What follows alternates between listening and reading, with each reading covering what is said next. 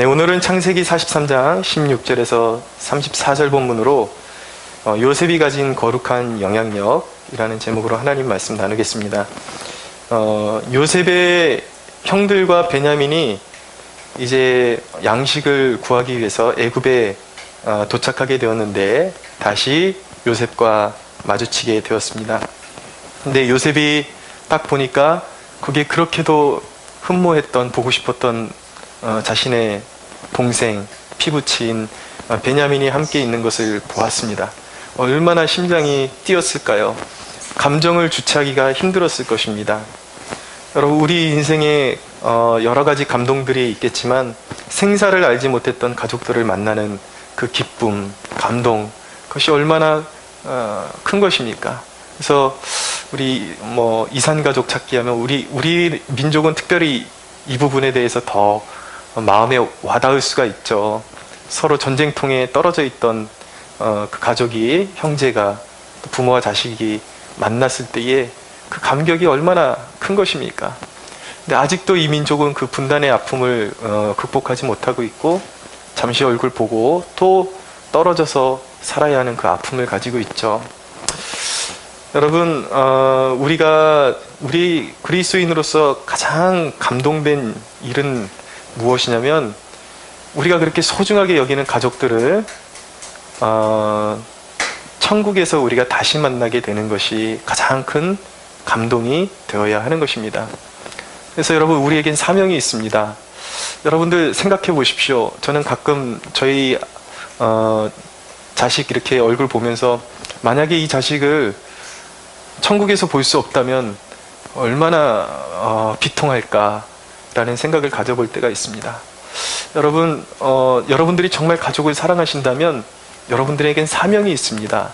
무엇이냐면, 여러분들의 가족의 구원을 위해서 여러분들이 정말 피땀 어린 눈물을 흘리면서 기도하지 않으면 안 되는 것입니다. 하나님께서 여러분들을 먼저 부르신 이유가 뭔가? 그 눈물의 기도로 가족을 구원하라는 것입니다. 그래서 여러분들, 한 사람도 여러분들의 그 가족을 어둠에게 빼앗기지 않고 천국에서 다시 만날 수 있도록, 여러분들이 그 가정이 썩어지는 미랄이 될 수 있도록 기도의 제물이 되는 축복이 있게 되기를 바랍니다.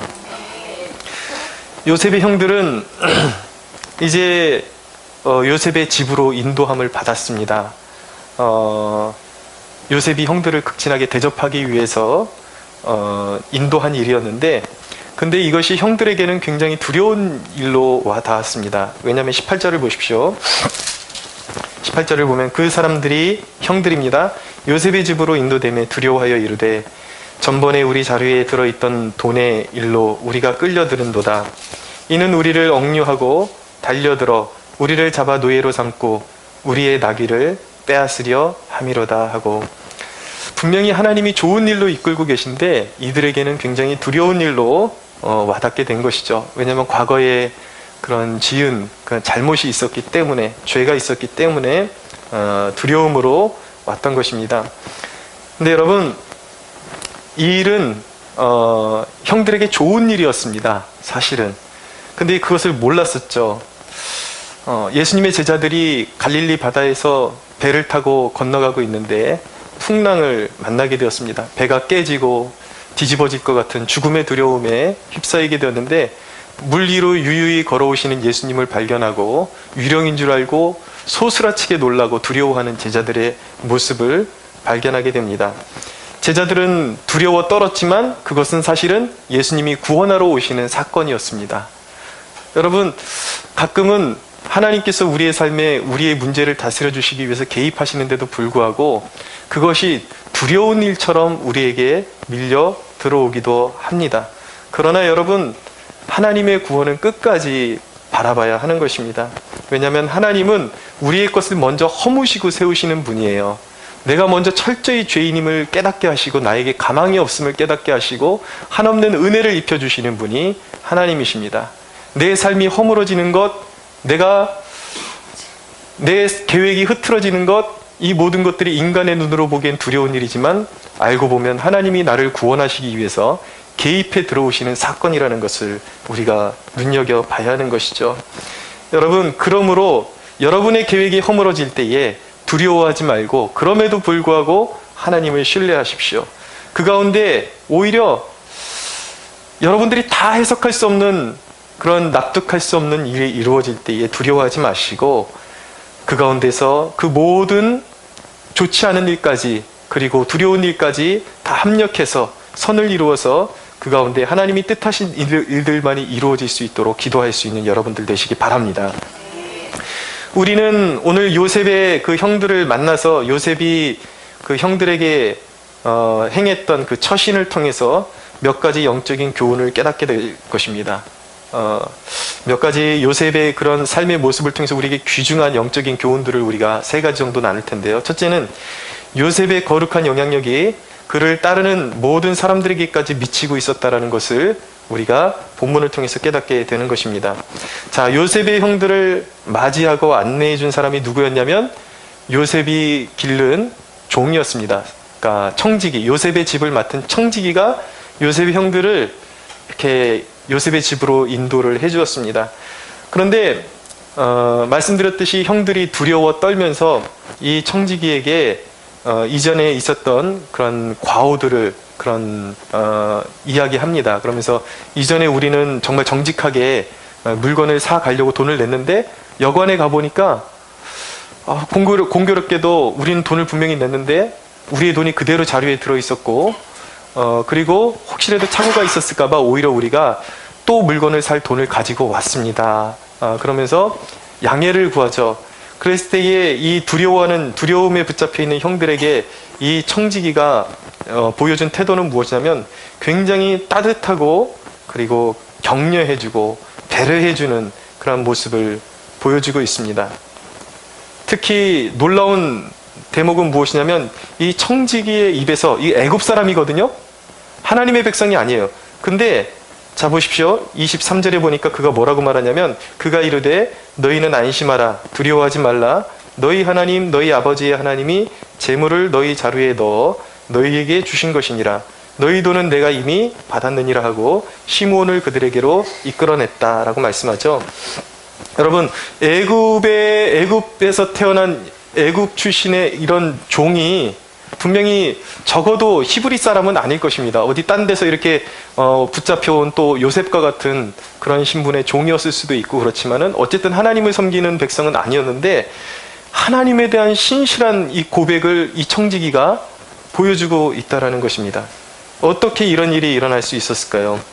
그것은 단 한 가지죠. 요셉이 그들에게 이 청지기들에게 선한 영향력을 끼쳤다라는 것 외에는 그서도 단서를 찾을 수가 없는 것입니다. 분명히 요셉이 자기의 그 가솔들을 관리하고 청지기들을 관리하는데 분명히 신앙으로 관리했다라는 것을 보여주고 있는 것이죠. 요셉은 먼저 하나님을 섬기는 사람의 삶의 본을 종들에게 보여주었을 것입니다. 그리고 그와 동시에 하나님이 자기가 섬기는 여호와 하나님이 어떤 분이신지 말로 분명히 선포를 하고 설명을 했을 것입니다. 여러분 그리스도인들에게 있어서 일터, 직장은 사명을 감당하는 중심지인 것입니다. 그것은 바로 저와 여러분들이 파송된 선교지라는 사실을 꼭 기억하셔야 하는 것입니다.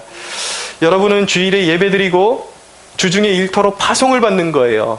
그냥 여기서 예배드리고 여러분들 마음대로 살라고 그냥 놔지는 것이 아니라 하나의 이 예배드리는 것이 취미생활이 아니에요. 여기서 영적으로 무장하고 하나님의 신령한 축복을 받아서 여러분들은 일터로 나가서 선교사의 마음을 가지고 주변에 있는 사람들과 그 하늘의 신령한 축복을 나누어야 될 책임이 여러분들에게 부여되어 있는 것입니다. 그래서 여러분들 예배가 끝난 거는 끝이 아니라 이제 시작이에요. 파송을 받는 것입니다. 그리고 여러분들은 한 주간에 열심히 살면서 선한 영향력을 끼치고 주중에 기도회를 통해서 여러분들 주위에 맡겨주신 영혼들을 위해서 열방을 위해서 중보의 짐을 함께 져야 하는 것입니다. 여러분이 예수의 생명을 가진 사람이라면 여러분은 제사장의 직분을 하나님으로부터 받은 거예요. 종교개혁자 중에 마틴 루터라는 분이 만인 제사장서를 주창하면서 이것이 우리 개신교의 그 핵심에 널리 퍼져 있습니다. 무엇이냐면 예수 그리스도를 믿는 모든 하나님의 백성들은 이제 제사장의 사명을 받았다라는 것이죠. 그러니까 본질적으로 목사만 제사장이 아니라 우리 믿는 여러분들 한 사람 한 사람이 다 영적인 왕 같은 제사장이라고 하나님께서는 선포하고 계신 것입니다.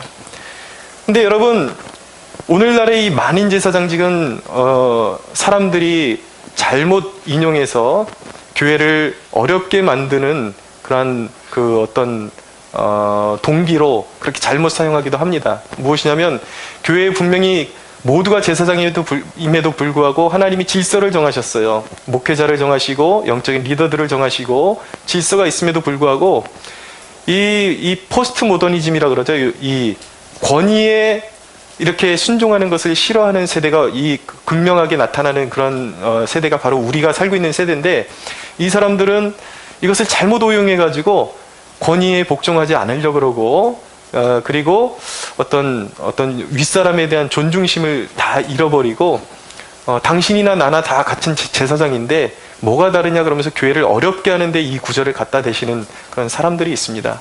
이것은 그렇게 악용할 수 있는 그런 개념이 아닌 것입니다.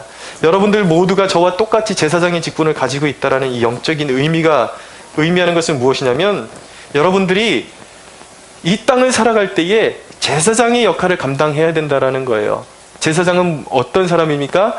백성들의 죄를 자기 어깨에 짊어지고 하나님 앞에 가서 백성들을 하나님께로 인도하고 백성들의 연약함을 하나님께 올려드리고 용서를 구하는 그러한 역할을 감당하는 사람이 바로 제사장인 것입니다. 그러니까 여러분들은 주위 사람들을 끌어안고 그리스도께로 인도할 책임이 주어진 거예요. 그것이 바로 제사장이 할 일인 것입니다. 여러분들에게 주어진 영적인 권위가 있을 수 있습니다. 세상의 권위, 어떤 직분, 어디서 여러분들이 과장일 수도 있고 대리일 수도 있고, 어쨌든 여러분들은 어느 위치에서는 리더이고 권위자이고 또 밑에 사람을 거느리고 있을 수도 있습니다. 근데 그 권위는 하나님이 여러분들에게 영향력을 끼치라고 여러분들에게 주신 거예요. 여러분들에게 권위주의로 사람들 위에서 호령하고 찍어 누르라고 주신 것이 아니라 선한 영향력을 끼치라고 그 위치에 하나님께서 이끌어 주신 것입니다. 그렇기 때문에 그리스도인은 모범적인 사회생활을 할 수가 있어야 하는 것입니다. 사람들은 주로 같은 분야에 속한 이상적인 모델에 끌리게 되어 있습니다. 이런 거예요. 연예인들을 좋아하는 그런 사람들은 기독교에 대해서 굉장히 이전에는 싫어했을 수가 있습니다. 그런데 자기가 좋아하는 연예인이 알고 보니까 아주 신실한 그리스도인이에요. 요즘 그런 연예인들 참 많거든요. 자기 그 인터넷의 그 홈페이지에다가 성경 구절을 그렇게 매일 묵상하고 올려놓는 그런 신실한 그리스도인 연예인들이 참 꽤 많이 생겨나고 있습니다. 그런 그들의 영향력을 통해서 사람들이 변화받는 것은 무엇이냐면요, 이전에 기독교에 대해서 굉장히 부정적이고 싫어했던 젊은이들이 자기가 좋아하는 연예인이 막 성경을 올리는 것을 보고서, 그리고 그 연예인이 사회적으로 좋은 일을 많이 하는 것을 보면서 기독교에 대한 가치관과 인식이 변화되는 것입니다. 아, 기독교인들이 다 사기꾼이 아니구나, 개독이 아니구나 라는 것을 깨닫게 되면서, 심지어는 어떤 경우에는 이런 사람이 믿는 예수라면 나도 한번 믿어보겠습니다, 교회 나가보겠습니다, 이런 역사들도 일어나는 것이죠. 바로 그 일을 위해서 여러분들을 하나님이 사회에, 여러분들의 직장 가운데 그 위치에 심어 놓으셨다라는 사실을 기억하셔야 하는 것입니다. 할렐루야. 네. 여러분, 요즘 제가 읽은 책 중에 무서워하지 말라라는 책이 있는데, 송준기 목사님이라는 분이 쓰신 책인데 하나 좀 인상 깊은 그 내용이 있었습니다. 뭐냐면, 이 목사님이 군 시절을 특전사를 이제 나오셨는데 굉장히 고된 훈련을 받으셨습니다. 근데 낙하 훈련을 처음 받을 때에 너무 두려움이 밀려오고, 그 심장 박동과 그 두려움을 어떻게 막 해결할 방법이 없었다는 것이죠. 어떻게 해야 되나, 너무 두렵고 다리는 떨리고. 그런데 공중의 하늘을 바라보니까 이 한도 끝도 없는 하늘에 저기서 내가 어떻게 뛰어내려야 되나 걱정하고 있는데 하나님의 말씀이 떠올랐다라는 것입니다. 시편 8편에 있는 말씀이 떠오르면서, 온 천지 만물을 하나님이 지으셨지, 이 공기의 저항 능력, 이런 것들 다 하나님이 지으셨으니까 내가 하나님의 자녀인데 저 공중에 뛰어내린들 저건 하나님의 작품인데 나를 받아주지 않겠는가라는 그 위안이, 하나님의 말씀으로 위안을 삼으니까 갑자기 용기가 이렇게 커지더라는 것입니다. 그러면서 두려움을 극복하게 되었는데, 그래서 혼자만 그 비밀을 알고 있기가 너무 아까워가지고 이 함께 그 동기들, 이렇게 같이 그룹으로 묶어놓은 동기들, 같이 낙하산 이제 훈련을 받기 위해서 묶여진 그 동기들에게 이제 그 하나님의 말씀을 전해준 거예요. 이 세상은 우연히 지어진 것이 아니라 이 공중도, 이 공중에 나는 새도 다 하나님이 지으신 것이다. 하나님이 우리를 붙드시면 우리는 두려워할 것이 없다고 동기들에게 전해주었는데, 거기서 믿지 않았던 그 동기들이 거기서 유난히 관심을 갖고 다 두려움 가운데 있으니까, 두려울 때 그 말씀을 받으니까 거기서 반응하는 동료들이 생기더라는 것입니다. 그래서 이참에 예수 그리스도가 주시오 그리스도라고 전했는데, 같은 그 그룹에 있던 동기들 중에 절반 이상이 예수 그리스도를 영접하는 역사가 일어나게 되었다라는 것입니다. 이것이 바로 선한 역사인 거예요. 여러분들을 그곳에 보내신 이유, 직장에 심어 놓으신 이유, 어느 곳에 심어 놓으신 이유가 바로 그 영혼들을 그리스도께로 인도하는 제사장의 역할을 감당하라고 여러분들을 그곳으로 보내신 줄로 믿어야 하는 것입니다. 여러분, 영적인 무지에 빠진 사람들이 어떻게 하나님을 알 수가 있는 것입니까? 바로 여러분을 통해서 하나님을 알게 되는 거예요. 참 그리스도인을 통해서. 그렇기 때문에 여러분들이 어디 일터에서, 직장에서 항상 이 정신을 잃어버려서는 안 되는 것입니다. 나의 정체성, 나는 누구인가? 나는 하나님의 형상이다. 그렇기 때문에 여러분, 아무 일이나 할 수 없는 것이죠. 내가 하나님의 형상인데 어떻게 내가 원하는 대로 마음대로 살면서 하나님의 이름에 누를 끼칠 수가 있겠습니까? 여러분 한번 따라해 보겠습니다. 나는 하나님의 형상이다. 아멘. 아멘. 여러분, 어디에서든지 여러분들이 나는 하나님의 형상이다 라는 것을 기억하십시오. 그러면 그 자리에서 여러분들이 왜 내가 여기에 몸담게 되었고, 내가 이 자리에 서 있고, 내가 지금 이 자리에서 할 일은 무엇인가? 내가 하나님의 형상이다 라는 것을, 나는 하나님의 형상을 회복한 주님의 자녀다 라는 것을 깨닫게 될 때에, 여러분들은 여러분들의 이기심으로 행하는 것이 아니라 하나님의 거룩한 이름을 위해서 살아가는 존재가 되게 될 것입니다. 여러분, 그리스도인은 직장에서 정직해야 합니다. 사람을 아껴야 하는 것입니다. 그리고 사람들이 고민에 빠졌을 때에 그것을 눈여겨보고 신앙적으로 풀어줄 수 있는 대답을 가지고 있어야 하는 것입니다. 그러니까 날마다 하나님의 말씀을 묵상해야 되는 것이죠. 여러분들에게 붙여주신 사람들에 대한 거룩한 부담을 가지십시오. 여러분만이 사람들을 영적인 무지에서 끌어낼 수 있음을 믿으시기 바랍니다. 여러분이 영적인 요셉이요, 여러분들은 왕같은 제사장이요, 여러분들은 하나님께서 온 땅 가운데로 파송하신 선교사임을 꼭 기억하십시오. 오늘 그 선교사를, 여러분들은 선교사고 여러분들을 향해서 하나님이 거룩한 영향력을 끼치실 수 있도록 여러분들에게 성령의 거룩한 기름 부음이 임하기를 축원합니다. 요셉을 통해서 두 번째 배우는 것은 무엇이냐면, 요셉의 삶은 참 사랑이 무엇인가에 대한 영적인 통찰력을 우리에게 준다라는 것입니다. 참 사랑이 무엇일까요? 우리가 요셉의 삶을 심도 있게 봐야 하는 이유는 무엇이냐면, 진정 성령의 감화를 받은 그리스도인의 삶의 기준과도 같은 그런 삶의 모습을 요셉이 우리에게 보여주고 있기 때문입니다. 요셉은 보면 볼수록 탁월한 영성을 소유한 진정한 그리스도인이라는 것을 알 수가 있게 되는 것입니다. 오늘 요셉의 모습, 자, 한 단계씩 한번 보겠습니다. 26절을 보십시오. 요셉이 집으로 오매 그들이 집으로 들어가서 예물을 그에게 드리고 땅에 엎드려 절하니, 요셉이 이제 잠깐 자리를 비웠다가 돌아오게 되었는데 형들이 엎드려 절했습니다. 28절에 그것이 반복되고 있죠. 얼마나 여러분 감격적인 대목입니까? 하나님은 요셉의 삶에 작정하신 것을 반드시 어김이 없이 이루어 주셨습니다. 여러분, 저와 여러분을 향한 하나님의 계획이 있습니다. 하나님은 여러분들을 향하신 작정을 반드시 이루고야 마실 것입니다. 그런데 여러분, 기억해야 하는 것은 우리의 삶 가운데 하나님의 거룩하신 뜻이 이루어지려면 내 마음대로 사는 사람 아니에요. 주 안에서 행하는 사람이라면 반드시 내가 주님을 사랑하고 내가 주님 안에 거하고 있다는 것을 확신할 수 있다면 하나님이 여러분들을 향해 가지고 계신 특별한 계획들이 이루어질 것을 확신해도 좋은 것입니다. 27절에 보십시오. 요셉이 그들의 안부를 물으며 이르되 너희 아버지, 너희가 말하던 그 노인이 안녕하시냐? 아직도 생존해 계시느냐? 아버지의 안부를 묻습니다. 29절을 보십시오. 요셉이 눈을 들어 자기 어머니의 아들 자기 동생 베냐민을 보고 이르되 너희가 내게 말하던 너희 작은 동생이 이 아이냐. 그가 또 이르되 소자여 하나님이 내게 은혜 베푸시기를 원하노라. 요셉이 아우를 사랑하는 마음이 복받쳐 급히 울 곳을 찾아 안방으로 들어가서 울고 얼굴을 씻고 나왔다 라고 말씀하고 있습니다. 피부치를 만난 기쁨, 동생 베냐민을 라헬의 그 어머니 라헬을 통해서 태어난 그 동생 베냐민을 보니 얼마나 감동이 되었겠습니까? 어머니에 대한 그리움과 향수도 떠올랐을 것이고 그 주체할 수 없는 감정을 어떻게 억누를 수가 없어서 요셉은 얼른 뛰쳐나가서 자기 방에 들어가서 목 놓아 울고 이제 마음을 추스리고 다시 형들에게로 나왔습니다. 요셉은 정말 그 마음이 따뜻한 사람이었습니다. 눈물의 사람이었습니다. 여러분, 진정한 그리스도인은 눈물의 사람이어야 하는 것입니다. 여러분, 진정한 남자다운 남자는 어떤 사람인가? 세상에 있을 때는 남자는 함부로 우는 것 아니다 그러지만 그리스도인으로서 정말 남자다운 남자는 누구인가? 하나님 앞에서 한없이 울 수 있는 사람이 진정한 남자인 것입니다. 하나님이 그를 붙들어 사용하시는 것입니다. 여러분들, 저와 여러분들에게 눈에 언젠가부터 메말랐던 그 눈물의 그 감동이 회복되어지는 축복이 있었으면 좋겠습니다.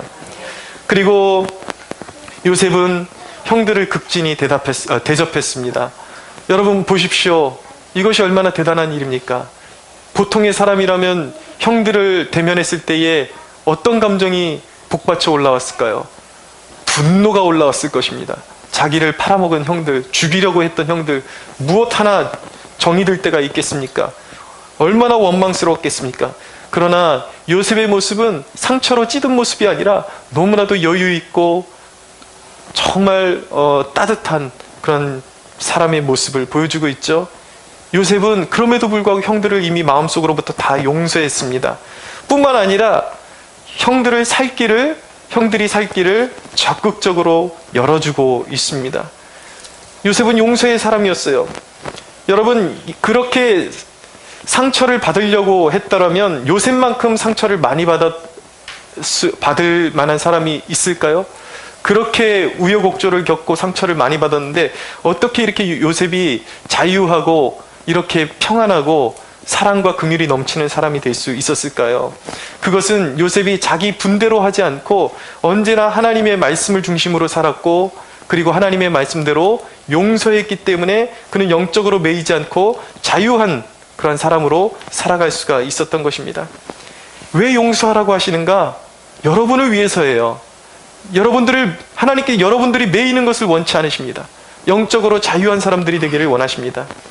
주님께서는 우리에게 이렇게 말씀하십니다. 마태복음 5장 43절에 보면 이렇게 말씀하십니다. 43절 이하입니다. 또 내 이웃을 사랑하고 내 원수를 미워하라 하였다는 것을 너희가 들었으나 나는 너희에게 이르노니 너희 원수를 사랑하며 너희를 박해하는 자를 위하여 기도하라. 이같이 한즉 하늘에 계신 너희 아버지의 아들이 되리니 이는 하나님이 그 해를 악인과 선인에게 비추시며 비를 의로운 자와 불의한 자에게 내려주심이라. 너희가 너희를 사랑하는 자를 사랑하면 무슨 상이 있으리요? 세리도 이같이 아니하느냐? 또 너희가 너희 형제에게만 무난하면 남보다 더하는 것이 무엇이냐? 이방인들도 이같이 아니하느냐? 그러므로 하늘에 계신 너희 아버지의 온전하심과 같이 너희도 온전하라 라고 말씀하십니다. 사랑하는 여러분, 용서하십시오. 용서하기를 즐겨하십시오. 그것이 우리를 향하신 하나님의 뜻입니다. 그러나 여러분, 요셉은 여기서 한 걸음 더 나아갑니다.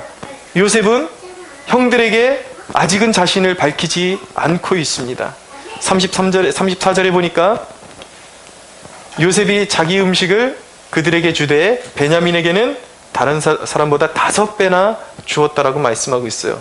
왜 5배를 주었는지 짐작이 가십니까? 물론 너무 사랑스러우니까, 정말 한 혈통의 그 동생이니까, 피가 섞인 동생이니까 그럴 수도 있겠지만 여기에는 요셉의 아주 심오한 그런 뜻이 여기에 이 행동에 담겨 있는 것입니다. 무엇이냐면 요셉은 형들이 정말 변했는지 보고 싶었어요. 이전에 아버지한테 야곱에게 자기 혼자 사랑받았을 때 형들이 그렇게 자기를 원수 취급하고 그렇게 질투하고 죽음으로 내몰려고 했거든요. 형들이 아직도 그런 모습으로 살고 있지는 않은가 궁금했던 것입니다.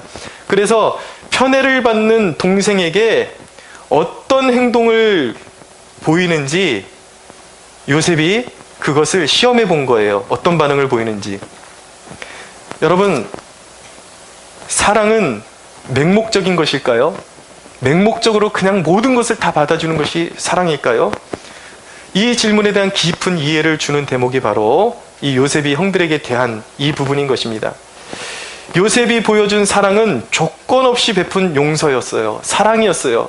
어떤 조건을 내건 것은 분명히 아니었습니다. 한없이 자비를 베푼 사랑이었어요.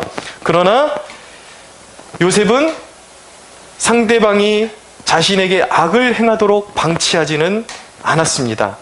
그리고 상대방이 악을 행하는 것을 눈감아 주지 않았습니다. 그것을 알아보기를 원했던 거예요. 이것이 진정한 사랑인 것입니다.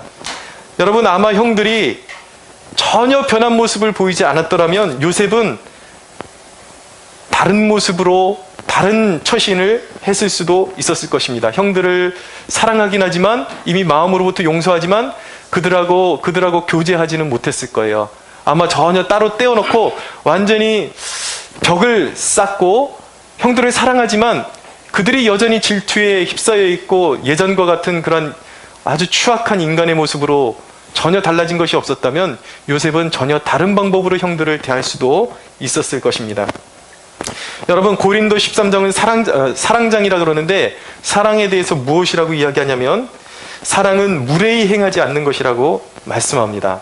그리고 자기 유익을 구하지 않는 것이다 라고 말씀합니다. 그런데 그와 아울러서 이 사랑장에서 말씀하는 사랑의 정의는 사랑은 불의를 기뻐하지 않는 것이다 라고 말씀하고 있습니다. 이 상충되는 개념들이 하나가 되는 것이 사랑이라는 거예요. 여러분, 우리는 가끔 우리에게 무례하거나 무성의한 서비스를 제공받을 때에 지적을 할 때가 있죠. 책망을 할 때가 있습니다.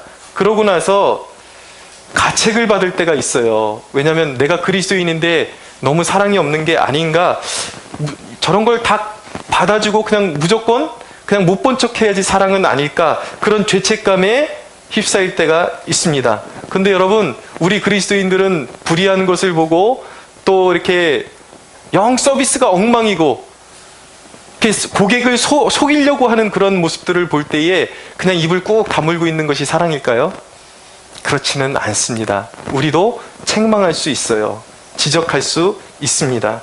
그러나 여러분, 한 가지 여러분들이 기억해야 하는 것은 지적은 할 수 있지만 어떤 말투와 어떤 자세로 지적해야 하는지는 정말 지혜롭게 판단하고 실행할 필요성이 있는 것입니다. 너무 정떨어지게 확 쏘아붙이면 영혼을 잃어버리는 거예요.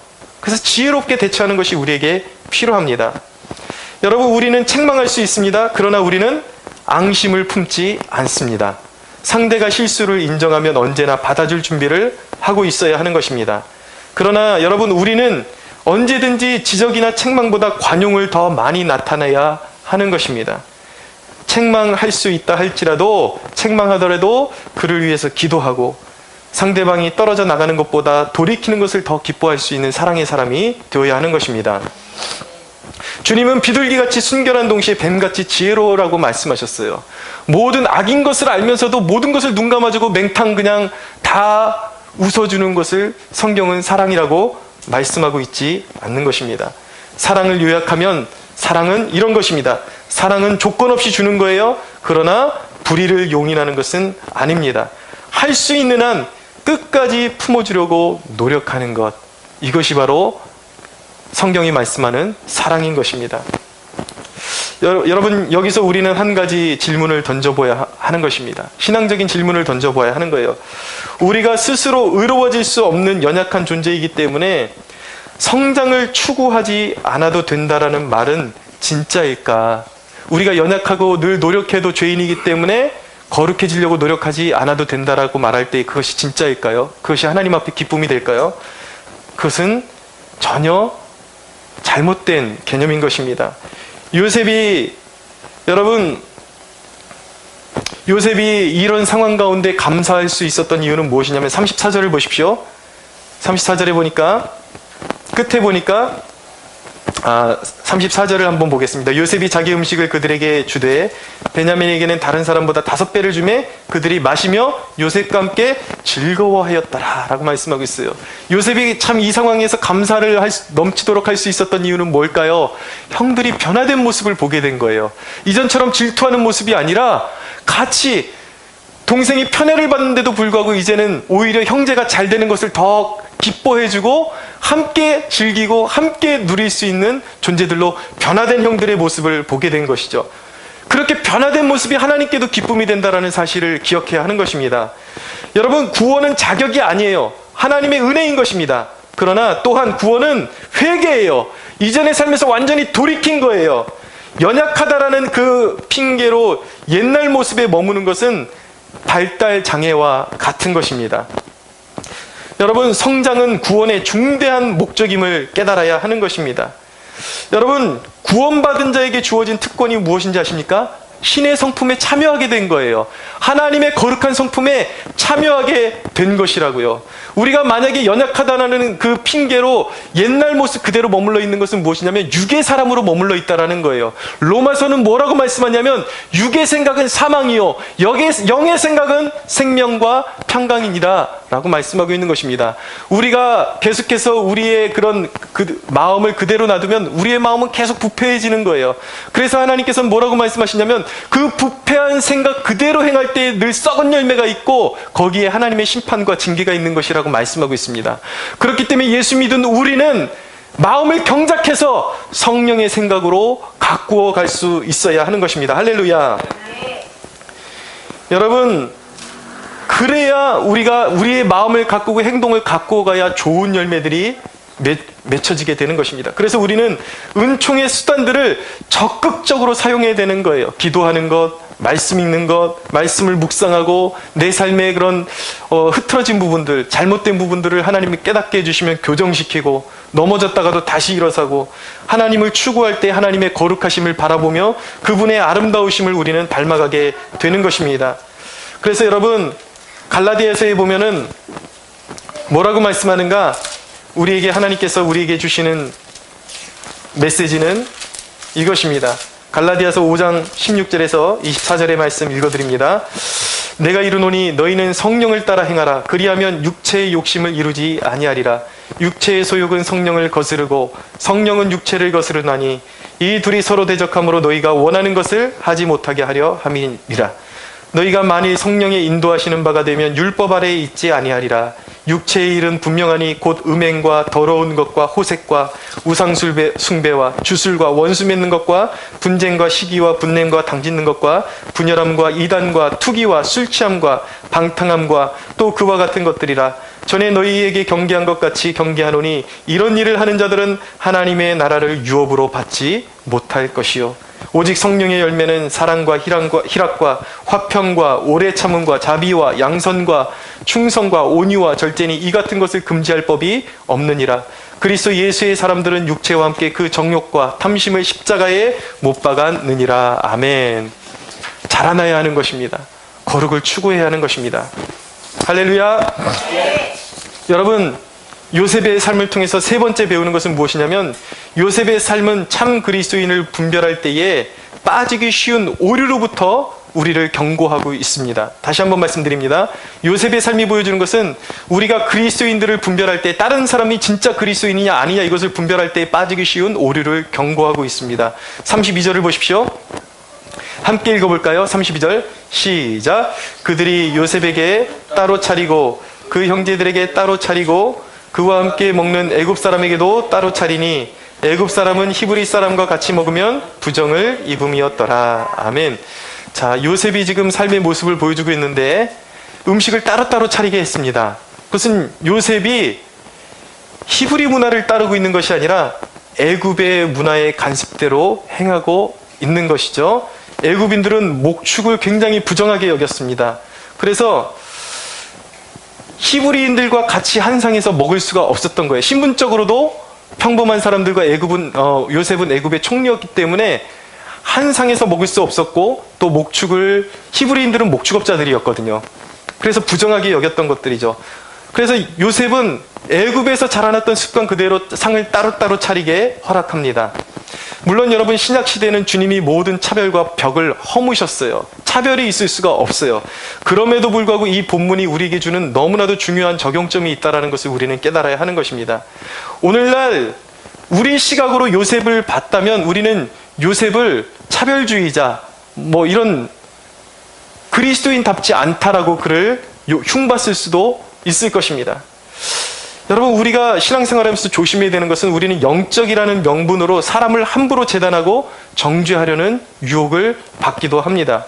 우리가 알아야 할 사실은 무엇이냐면 그 사람이 살아온 환경과 기질과 하나님을 어떤 식으로 경험했느냐에 따라서 삶의 모습이 차이가 날 수 있다는 것을 우리가 꼭 기억해야 하는 거예요.